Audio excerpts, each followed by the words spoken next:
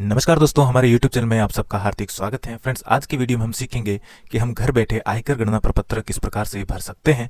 तो इसके लिए सबसे पहले हमें क्रोम ब्राउजर को ओपन कर लेना है। इसके बाद में हमें अपनी पे मैनेजर आईडी से अपना GA55 डाउनलोड करना है, क्योंकि आयकर गणना प्रपत्र GA55 के आधार पर ही भरा जाता है। फ्रेंड्स, इसके बाद में हमें राज टीचर्स नाम की एक साइट को सर्च करना है।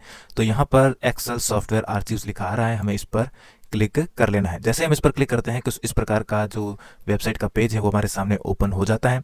इसके बाद में ये तीसरे नंबर का option income tax calculation 2023-24 by Hiralal Jat, तो हीरालाल जाट सर का बनाया हुआ ये इनकम टैक्स कैलकुलेटर है, इस पर हमें क्लिक कर लेना है। जैसे ही हम इस पर क्लिक करते हैं, कुछ इस प्रकार का पेज हमारे सामने ओपन हो जाता है। यहाँ पर लिखा आ रहा है income tax program 2023-24 desktop version. अगर आपके पास कंप्यूटर है तो यहाँ से डेस्कटॉप वर्जन को डाउनलोड कर सकते हैं, और अगर आपके पास कंप्यूटर नहीं है तो आपके पास मोबाइल के द्वारा भी भरने का ऑप्शन है। तो यहाँ पर हमें इस पर क्लिक कर लेना है। तो सबसे पहले हम यहाँ पर डेस्कटॉप वर्जन से आयकर गणना प्रपत्र को भरना सीखेंगे, तो हम डेस्कटॉप वर्जन पर क्लिक कर लेते हैं। जैसे हम इस पर क्लिक करते हैं, हमारा आयकर गणना प्रपत्र डाउनलोड हो चुका है। अब हम इसको ओपन कर लेते हैं। जैसे ही ओपन करते हैं तो कुछ इस प्रकार का ये इस पर इंस्ट्रक्शन हमारे सामने ओपन हो जाते हैं, तो आप इनको पढ़ सकते हैं ताकि भरने में आसानी हो। इसके बाद यहाँ पर दूसरा ऑप्शन है मास्टर डाटा, अब हमें इस पर क्लिक कर लेना है। अब यहाँ पर जो भी इनको हमें फिलअप कर लेना है, जैसे यहाँ पर ऑफिस का नाम है वो हमें अपनी स्कूल का नाम फिलअप कर लेना है। जैसे हम यहाँ पर डबल क्लिक करते हैं और यहाँ पर अपनी स्कूल का नाम लिख लेते हैं। जैसे कि यहाँ पर हम लिख लेते हैं एग्जाम्पल के तौर पर GSS, यहाँ पर लिख लेते हैं जैसे कि मान लो जैसलमेर।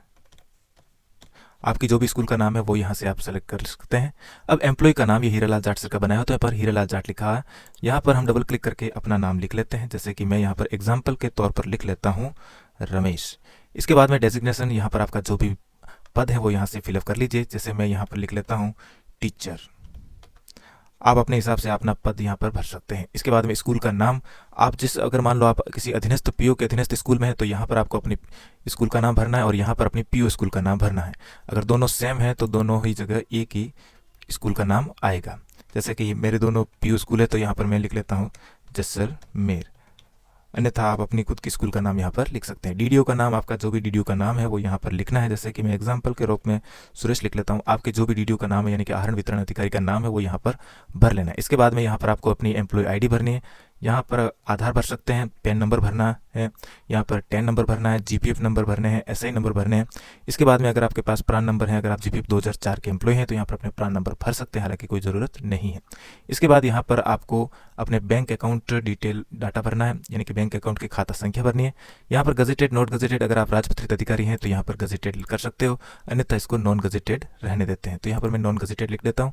आपका पेमेंट पे मैनेजर ID से बनता है या प्राई पे मैनेजर से, तो यहाँ से आप सेलेक्ट कर सकते हैं। जैसे मेरा पेमेंट पे मैनेजर ID से बनता है तो यहाँ पर मैं पे मैनेजर ID रहने देता हूँ। इसके बाद एम्प्लॉय पे डिटेल, यहाँ पर क्या आपने समर्पित अवकाश लिया है। अगर आप समर्पित अवकाश लिया है तो यस कर दीजिए, और किस महीने में लिया है तो वो यहाँ से सेलेक्ट कर लीजिए। क्योंकि मैंने कोई समर्पित अवकाश नहीं लिया है तो मैं यहाँ पर नो कर लेता हूँ। इसके बाद में आप किस आयु श्रेणी में आते हैं, यहाँ पर अंडर 960 लिख लेते हैं। क्या आपको बोनस मिला है, तो यहाँ पर अगर आपको बोनस मिला है तो यस, नहीं मिला है तो नो, तो यहाँ पर मैं यस रहने देता हूँ।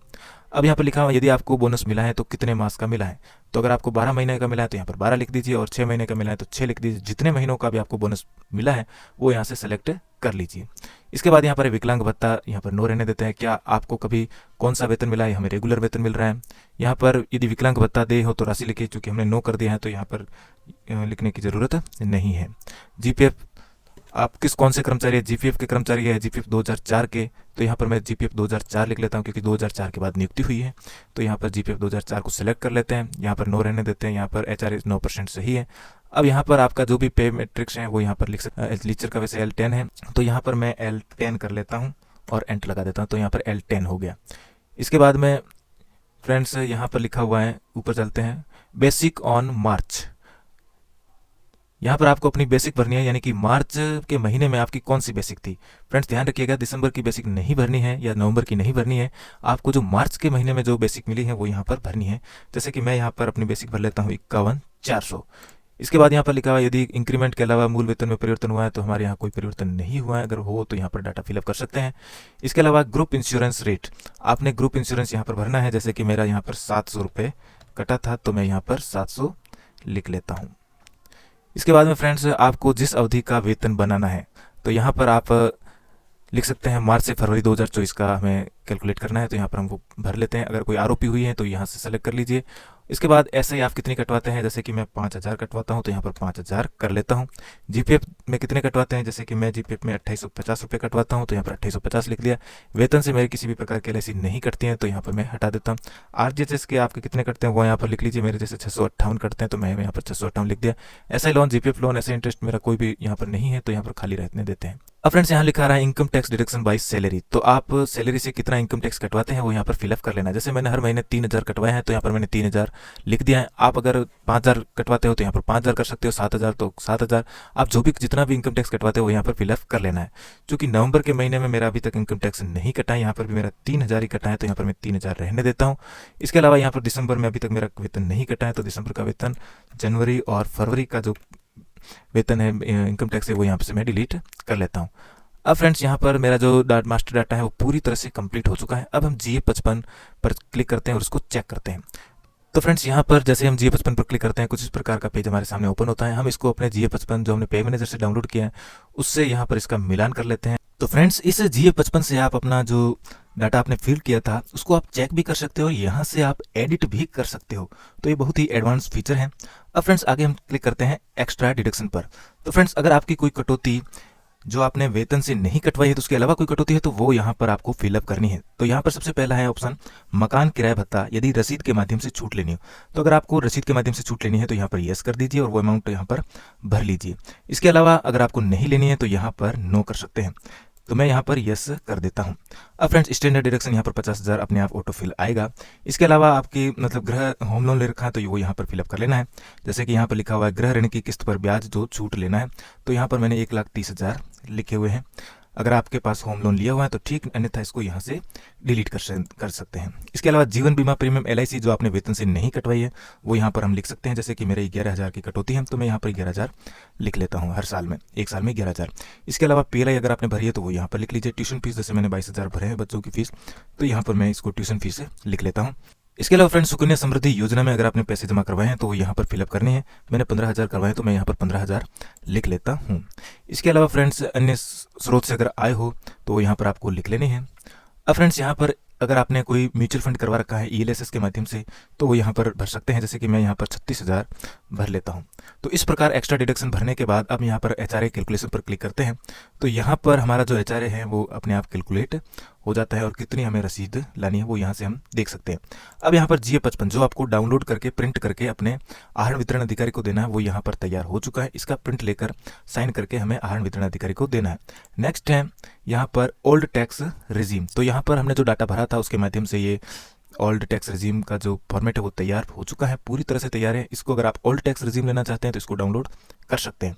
तो यहाँ पर कुल आय जितने मेरे 9,77,302 है वो यहाँ पर पूरी तरह से आ चुकी है। इसके अलावा यहाँ पर मेरा जो कुल टैक्स बनता है वो है 64,730 रुपये और अभी तक मेरे 27,000 जमा हो चुके हैं। तो 37,730 रुपये मुझे और यहाँ पर जमा करवाने हैं। तो यहाँ पर 37,000 है और बाकी के 3 महीने बचे हैं तो यहाँ पर मैं 15,000 या 13,000 की कटौती करवा सकता हूँ। तो यहाँ पर मैं वापस GA55 पर आऊँगा और यहाँ पर मैं 13,000 रुपये लिख लेता हूँ। तीनों में 13,000 रुपये कर लेने हैं, तीनों महीनों में, जनवरी फरवरी तक। तो यहाँ पर 13,000 रुपये कर लिए हैं। अब फ्रेंड्स वापस हम आते हैं ओल्ड टैक्स रिजीम पर। तो यहाँ पर देखिए 13,000 लास्ट 3 महीनों में कटाऊंगे तो कुल मिला के 66,000 की कटौती हो जाएगी और 1,270 रुपये मेरे रिफंड हो जाएगा। अब इसको हम प्रिंट लेकर अपने आहरण वितरण अधिकारी को सौंप देंगे। अब यहाँ पर फ्रेंड्स ये ओल्ड टैक्स रिजीम है जिसमें मेरा कुल जो टैक्स बना था वो है 64,730 रुपये। अब फ्रेंड्स देखते हैं न्यू टैक्स रिजीम में कितना टैक्स बनता है।